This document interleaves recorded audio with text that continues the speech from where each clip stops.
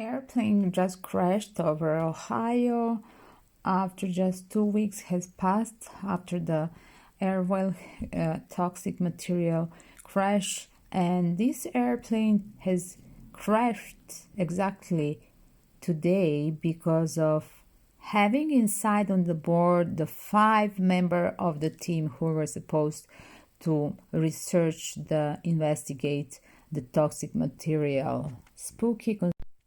So the lies, betrayal continue. The teamwork with the government